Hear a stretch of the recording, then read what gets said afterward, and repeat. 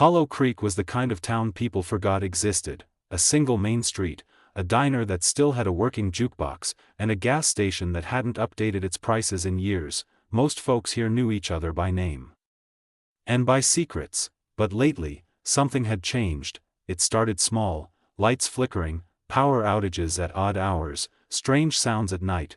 No one talked about it much, but everyone felt it, like the town itself was holding its breath. On a cold November evening, Emily Carter was locking up the diner. The streets were empty. Even the neon sign above Maggie's grill sputtered and buzzed, like it was trying to say something she couldn't hear. She reached for her keys.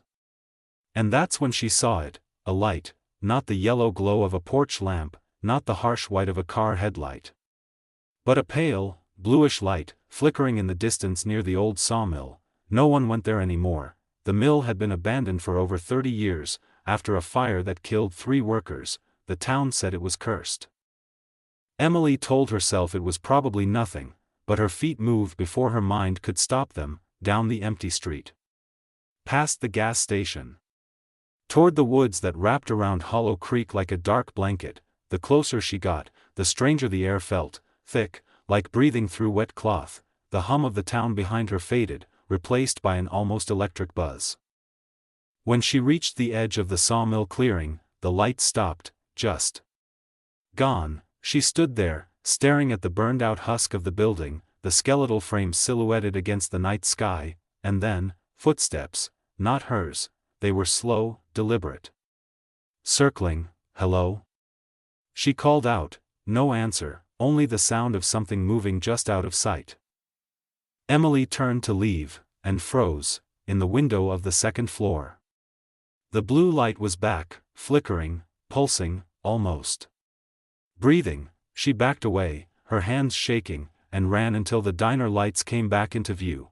But when she turned to look one last time, the mill was dark. For the next few days, Emily tried to forget about it. She didn't tell anyone, but then other people started seeing it too. Mr. Jacobs, the gas station owner, swore he saw the light on his drive home. A group of teenagers claimed it followed them all the way to the edge of town, and old Mrs. Halloway, she said it wasn't a light at all, it was someone. Emily knew she should leave it alone, but the curiosity ate at her like rust. So one night, she took a flashlight, a camera, and walked toward the sawmill again. Halfway there, her phone lost signal. Her flashlight began to flicker, and then, the blue light appeared, closer than she'd ever seen it before. It wasn't coming from the mill this time, it was in the trees, moving toward her. Emily's breath caught in her throat. The light pulsed, brighter, brighter, until it swallowed everything. When she opened her eyes, she was standing in the sawmill, but it was whole again, clean. The air smelled of fresh-cut wood, and there were people working. People she recognized from old town photos, people who had died in the fire. They didn't look at her, they just kept working, in silence. Then, one by one, they turned. Their faces were pale, eyes glowing with that same unnatural blue light. They raised their hands, reaching for her. Emily screamed, and suddenly, she was back in the clearing, alone, the mill dark and burned again.